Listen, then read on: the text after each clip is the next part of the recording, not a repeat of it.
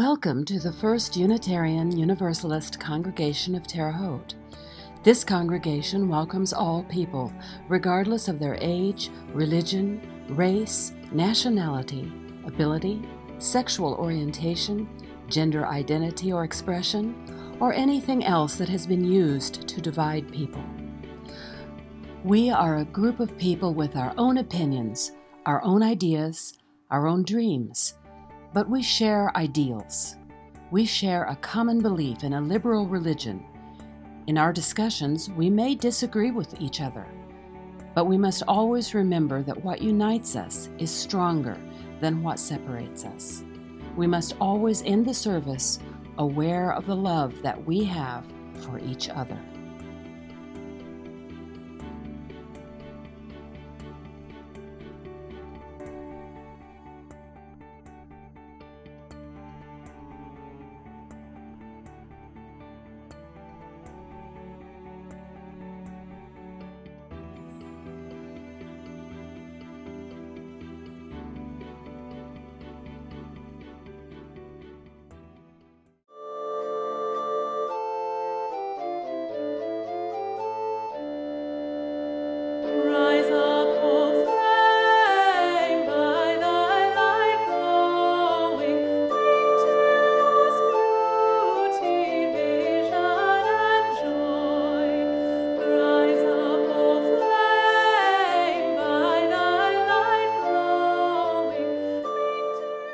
Today, on being you is the first principle.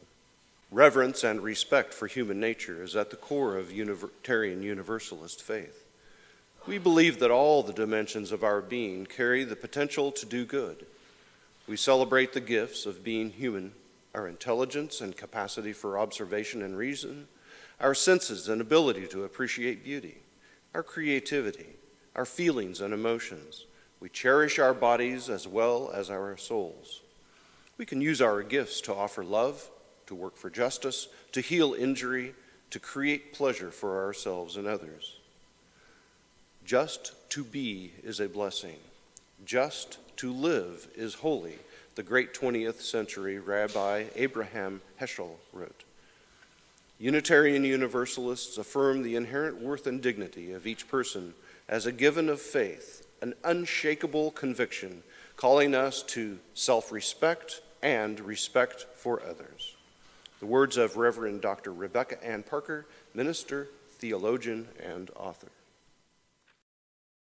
Today's opening words are number 5, 7, 9 in the hymnal, the limits of tyrants. The limits of tyrants. Those who profess to favor freedom and yet deprecate agitation are people who want crops without plowing up the ground. They want rain without thunder and lightning. They want the ocean without the awful roar of its waters. This struggle may be a moral one, or it may be both moral and physical, but it must be a struggle. Power concedes nothing without a demand. It never did, and it never will. Find out what people will submit to, and you have found out the exact amount of injustice which will be imposed upon them. The limits of tyrants are prescribed by the endurance of those whom they oppress. Frederick Douglass.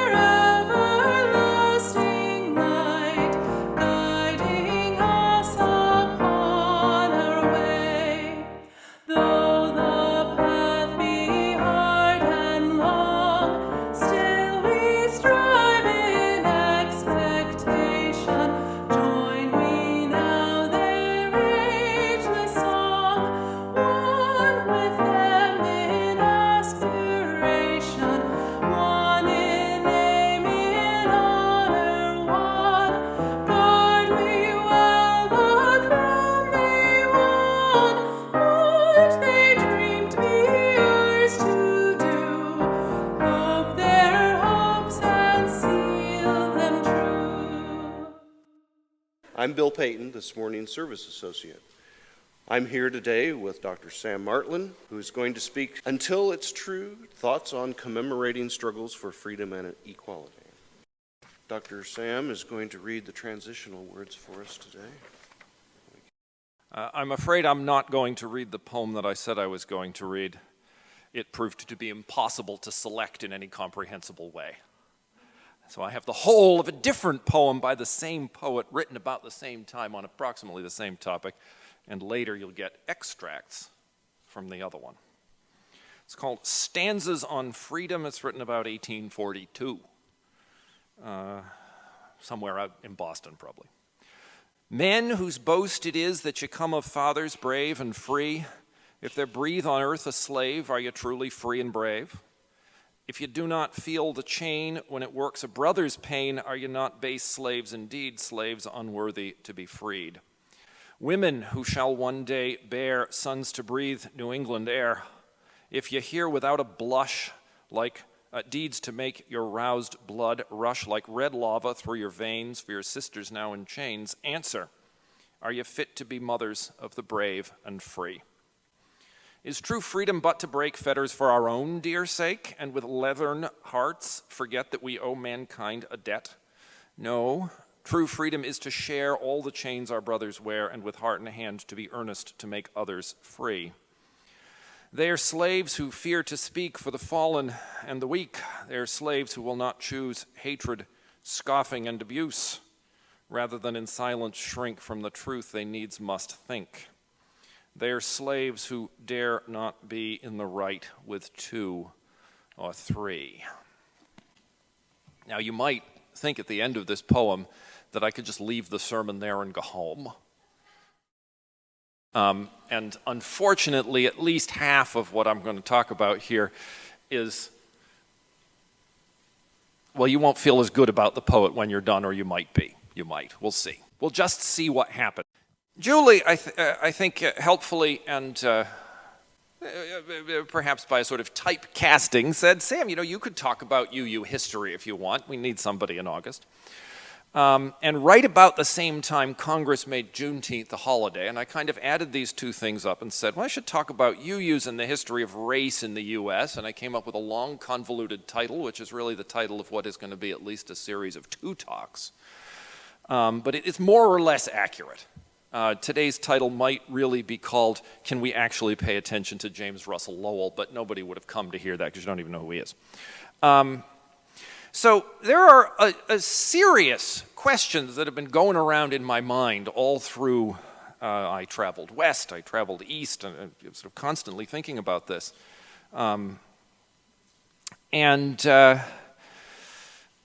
So, I begin to wonder, as many people do, so how do you celebrate people who did or said some good thing in the past, our spiritual forebears in this case, or their victories, their failed attempts that were still good, without, for example, making the history of race relations in the United States the story of a few good white people, which kind of misses the point. And also without believing that the story is over. And this happens to be a story about anti-blackness in the United States, but it could be any other movement that you can think of. is also the question then of what do you do with the people who in their time appear to be heroes but you might not agree with entirely now? And I think that's where I'm going to pick up in November the 14th. Come back right here, and I'll talk about monuments with a question mark. You don't want me on the monument committee because we'll never put one up. And then there's a third question, which is how to balance wanting to celebrate universal human successes against universal human wrongs. I mean, we all gain something when some form of oppression ends, right? This is good for all of us. The people who do that are part of a general humanity. But we also don't want to take people out of the context that they come from. And I'll come back and pick on the first hymn. I'll pick on the selection from Frederick Douglass. I'll pick on the last reading. I'll pick on everything, and I'll pick on the hymnal. For doing, in some ways, allowing us to do that if we would want to. This would take years, which is why I'm coming back in November. And I don't know that I'm the most qualified person to do this, but it has given me the chance to get a captive audience to talk about the poem that I didn't read selections from and why I'm always drawn back to it and always repelled by it at the same time. So this is partly what is coming, and hopefully Sam's literary analysis will not be too dull. Now, I went to the William Monroe Trotter Elementary School in Boston. It's a school named for a famous late 19th century civil rights activist of the time. It was a school that was built in 1969 when the schools in Boston were as segregated as the schools in Montgomery. It had been put up intentionally to be an integrated magnet school. If there was any place in the country where you were going to get a decent view of certain parts of U.S. history, this was there. And we certainly did. Well, Black History Month could have been all year, in some sense. I'm fairly sure there was racism in the school, but it was also anti-racist. My personal take is that it's easier to set up an anti-racist system than to set up a non-racist one, since the one is about intention and the other is about actually doing it. But I think it worked pretty well, and there are a huge number of us still who chat online and sometimes get back together to talk about this elementary school. Certainly the most integrated thing I ever did, and worked really well as it's just a school in general, which it should be. And because of the nature of the school, we heard a lot about the civil rights movement, about things that had happened in the 60s, and as a third grader, I think I tended to have the feeling that they were telling us that these things were done. That they'd been done. We can celebrate this. Isn't this nice? It's over, right? Of course, by the time I was in high school, this is not so immediately clear, and you could see, for example, what I can only think of as forces of white backlash trying to undo all the ways that had been done to have more non-white people in Boston Latin School, which is a public exam school. And start to get a little bit depressed, and then, but still kind of optimistic. And for most of the rest of my life, the next 30 years, I think I tended to think, well, things, we're basically managing to get things better, and a lot of the worst views, whether they're about race or about any of the other things that people hate each other for in the country, those people are dying. And, the kids will be better. I don't think that anymore, actually, the last few years. I don't think it nearly so strongly. It's such a terrible story to tell that I have to do something funny. So let me tell you a little bit about my impression of how Unitarian Universalism addresses the story of, and I won't just say race, I'll say of anti-blackness in the U.S., and that's going to matter. That's a particular race that I'm talking about. So they tell you that if you look in the hymnal, you'll find the abolitionist James Russell Lowell. He's in there, number, I think, 119. More of that later. And if you go down the road, you'll find Theodore Parker, who wrote about how, because he opposed the fugitive slave law, had to keep a loaded pistol with a cap upon the nipple, he said. It's a very early 19th century image of how you fire a gun. In the pulpit, when he preached, in case he should be assaulted in the church. And, about Thoreau protesting the Mexican-American War, and so there are a lot of Unitarian abolitionists. I won't say that all Unitarians were, or it didn't work either way, but there's a good overlap there. And we tell that story, it's nice and happy. It's 1985, it was just so good. And then they tell you, and that guy standing next to Martin Luther King in one of the famous March pictures, that's the president of the UUA. Isn't this all good, right? And this is all true, and it's all fine, and it's good to be proud of people that did things we like. But you don't have to read more than a couple of the last 5 years UU Worlds to realize that it can be awfully difficult not to be white and be a UU, right? For reasons that are well beyond the scope of anything that I'm trying to figure out today. So that's a bit of our story, and I think it's a story that is a bit like the story that I had in grade school and the story that we get in the country. We like to talk about the things that are good. And I think the thing that has driven me cynically angry against it in the last few years is the vast number of people in the country who, for plainly racist reasons, yell at anyone who tries to talk about race and call them a racist because it must be racist to mention race. And I think they're able to do this because this exists amongst people who are not trying to do anything with it. One little story. So I'm a history professor, as people know, and so I'm called upon to teach history occasionally. And in world history, last spring, which in order to obtain social distance, they'd made the stage of Hatfield Hall at Rose-Hulman into a classroom. So picture I'm leaning on the grand piano, the students are 6 feet apart on the stage, the house is behind me, there's a big screen hung over. And I'm trying, as one does with students, to get them to answer some questions. Usually they don't want to. Nobody likes to answer questions. And I don't even remember what the topic was, but it was something where some race matters. I think it was people of African descent, but it might not have been. And the thing I was trying to get them to say was, in this society, the people who were this instead of that were excluded from most of the benefits of society. And eventually the student, who's clearly not among the board, said, I kind of hate to say it, but it seems like they were all, and I forget the name of the race, and so I think there are a lot of people who feel that they have been brought up to think that it's rude ever to mention race. Because a lot of the time it is, right? It's just not germane a lot of the time. But if you could talk about that kind of problem, you kind of have to. And if people won't, we're stuck. And so, I'm going to talk about it. And at this point also, we're going to get into that poem. And then we'll work through the song we started with. And then we'll talk about how Frederick Douglass ends up in the hymnal. And then I'll tell you why it's worth singing a really difficult song at the end, and then we'll go home. So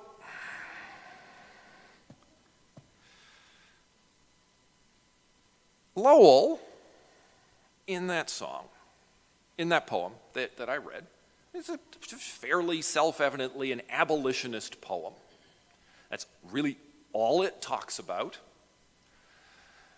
except, does anybody have any idea, let me ask a question here, what fact and what belief among the readers Lowell appeals to tell them that they should be active abolitionists?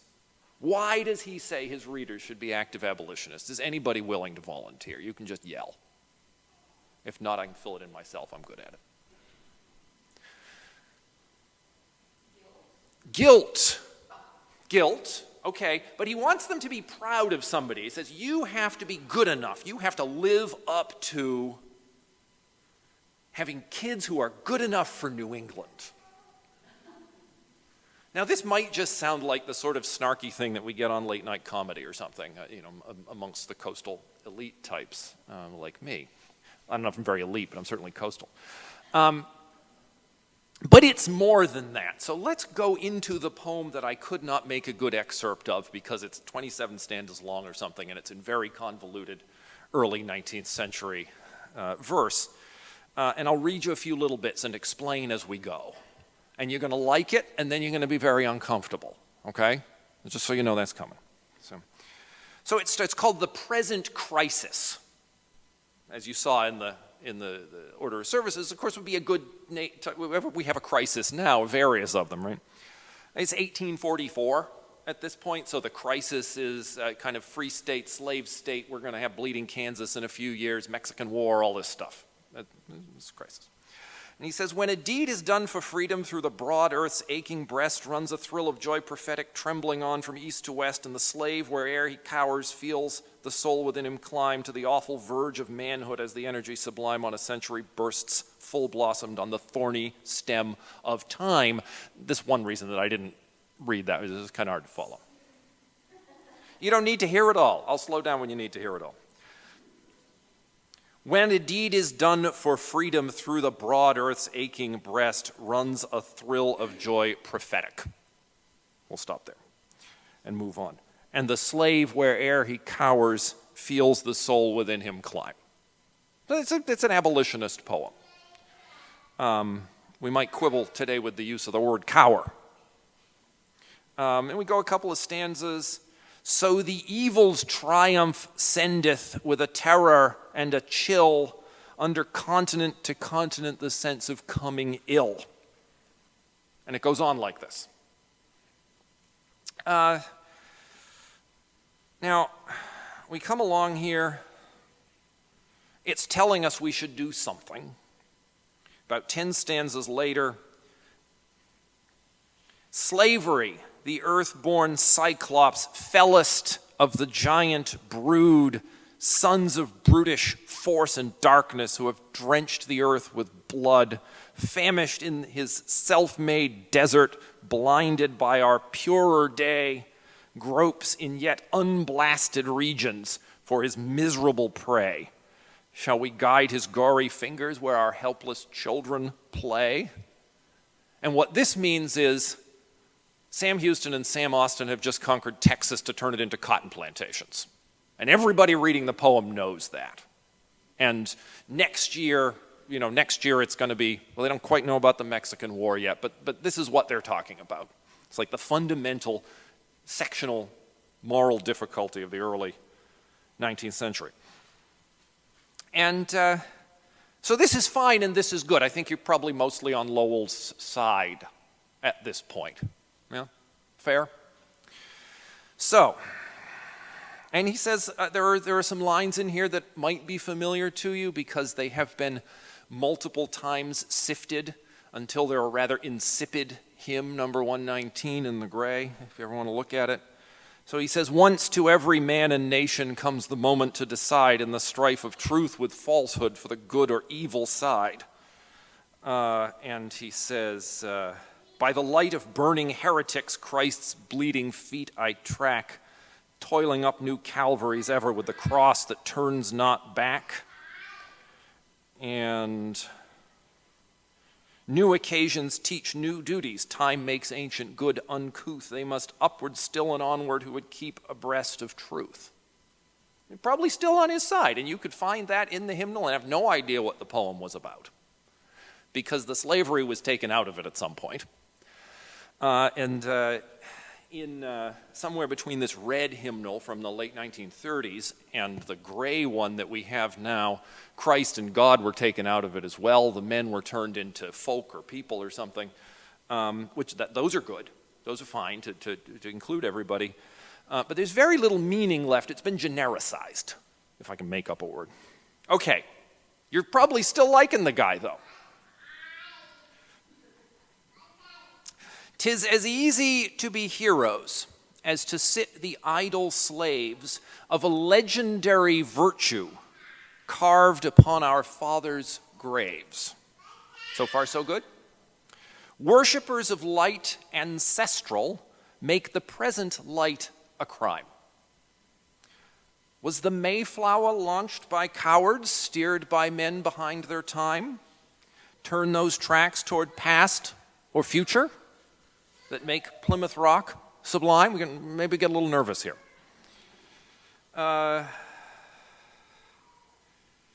They were men of present valor, stalwart old iconoclasts, unconvinced by axe or gibbet, the thing you hang people with anyhow, that all virtue was the past.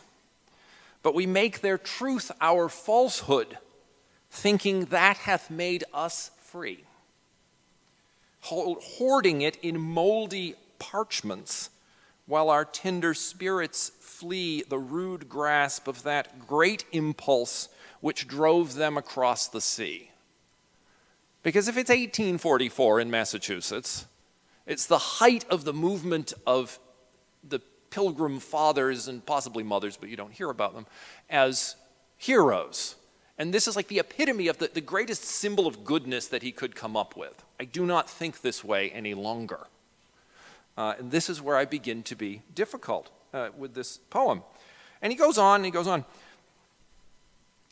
So after they must upward and onward who would keep abreast of truth, he says, lo, before us gleam her campfires, we ourselves must pilgrims be, launch our Mayflower and steer boldly through the desperate winter sea, nor attempt the future's portal with the past's blood-rusted key. And ever since they de-accessioned the book at Rose years ago from the library, and I got a hold of it. Ever since I realized this poem has this hymn out of it, I've been fascinated by it, and I go back to it, and I think, this is so good, and this is so wrong. Both at once. Both at once. So, Lowell's writing against slavery. Lowell's writing against slavery by suggesting that certain people came from England to build freedom in North America as though it couldn't have been there before. Now, by 1844, hardly anybody in Massachusetts was working in the triangular trade because the slave trade had been abolished for 36 years. But certainly plenty of people in Massachusetts made their living selling salt cod to feed slaves. Plenty of people in Massachusetts made their living weaving cotton. And one of the products that the Massachusetts mills made, because they weren't as good as the British mills, was coarse stuff called slave cloth. This is clearly a slave economy. Lowell himself was just a couple removes from the cotton economy. I looked it up once. It's either his uncle or his cousin is the Lowell that the city of Lowell is named after, which was one of the first big textile cities. In fact, last Thanksgiving morning, I amused myself by taking this poem, cutting it up, and writing a little dialogue imagining Thanksgiving dinner at the Lowells as they fight about slavery. They must have known each other. So I figure Lowell is sincere here. I don't see any reason to think he's making up his abolitionism. None at all. And yet, just like essentially every white American of his time, he appears to have been perfectly fine with the idea that the Europeans are the real show in North America and that they're just going to take over the whole continent. I don't know this for sure, but I've never encountered a scrap of him being against invading the lands of the Native Americans. Against the Mexican War, definitely, but Mexico's a country sort of in the system, right?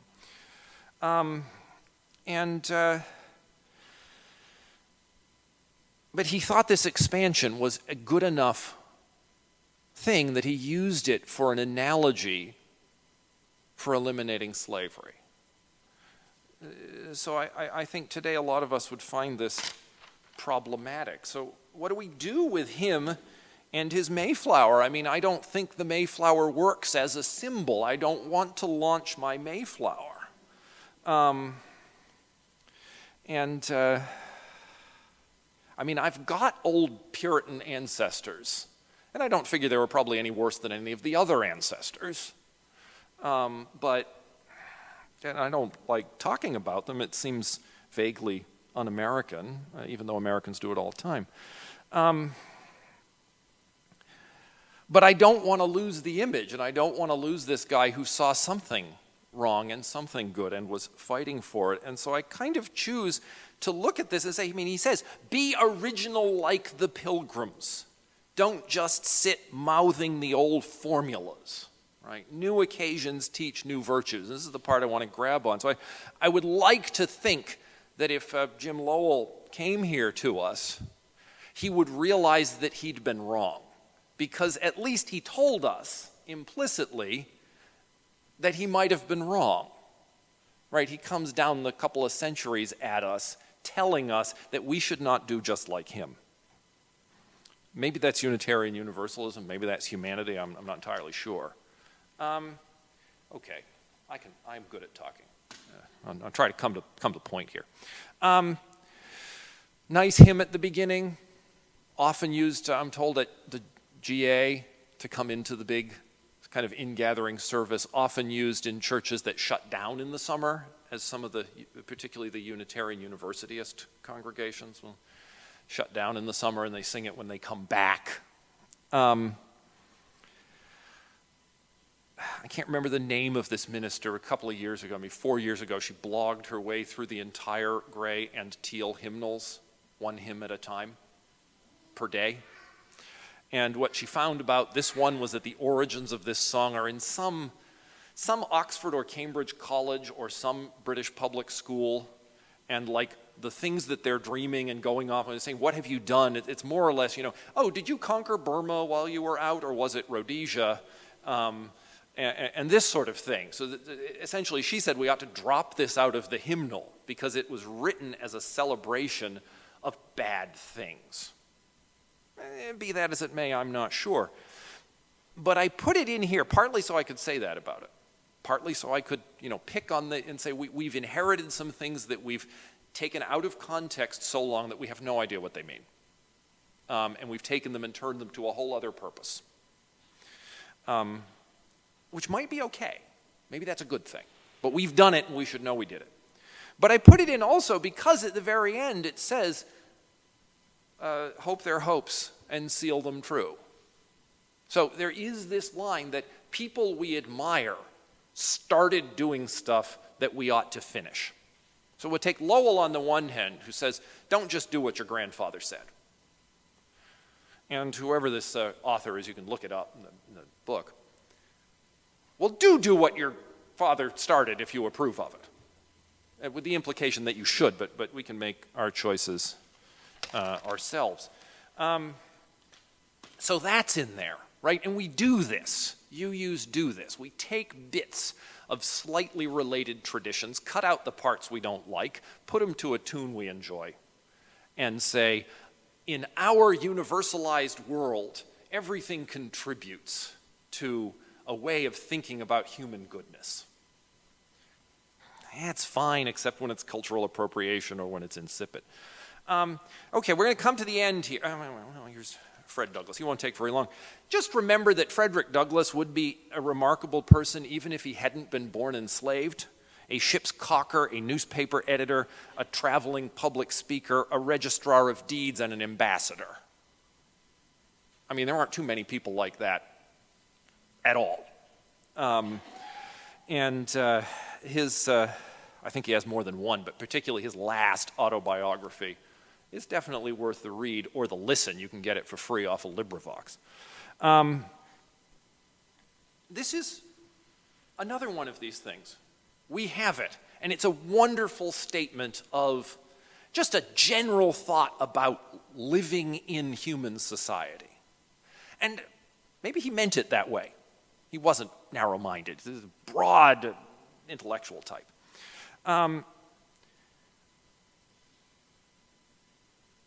But if we use it when it's not about the particular struggle that he was writing about, what do we have to do to make that okay? Do we just have to remember? Do we have to sometimes use it like I've used it today, where I'm trying to use it in the context of American anti-blackness? Right? Just have that idea out there. And probably everybody sees the name Frederick Douglass and they know what he's talking about, so it works fine. I don't think it's a problem it's in there or anything, but we have it. if I can be allowed a comment, I think the word tyranny and the word oppression have been getting an awful lot of abuse in the last few months around it being tyrannical to want to stop people from making their neighbors sick. Okay, so we're going to sing Lift Every Voice and Sing. If you haven't sung it many times before, it's devilishly difficult. It's one of the more important songs in the country. So we're going to sing it, you're going to put up with it. Understand it was written 100 years ago by very, very hopeful African-American writer and songwriter. And remember that the closing words are very, very brief, very excerpted from a speech by Martin Luther King, but that the whole thing is aspirational and the story continues. I'm done. Today's closing hymn is number 149. Lift every voice and sing.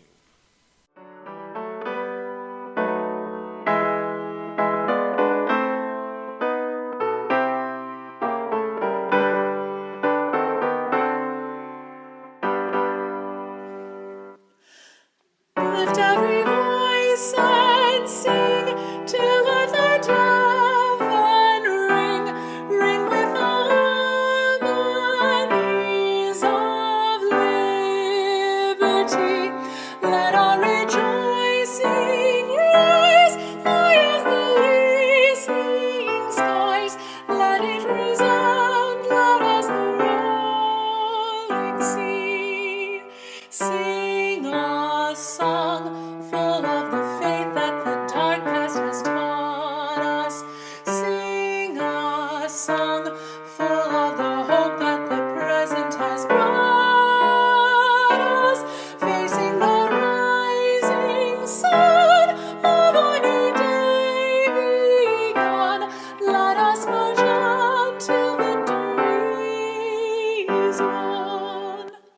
Stony the road we trod, bitter the chastening rod, felt in the days when hope unborn had died, yet with a steady beat of not a weary feet, come to the place for which our fathers sighed. We have come over a way that with tears have been watered. We have come treading our path through the blood of the slaughtered. Out from the gloomy past to now we stand at last, where the white gleam of a bright star is cast. God of our wearies, God of our silent tears, thou who hast brought us thus far on the way, thou who hast by thy might led us into the light, keep us forever in the path we pray. Lest our feet stray from the places, our God, where we met thee. Lest our hearts, drunk with the wine of the world, we forget thee. Shadowed beneath thy hand, may we forever stand, true to our God, true to our native land. The closing words are, one day this nation will rise up and live out the full meaning of its creed. The congregational benediction. May the blessings of love rest upon you. May peace abide with you. May God's presence illuminate your heart now and forevermore.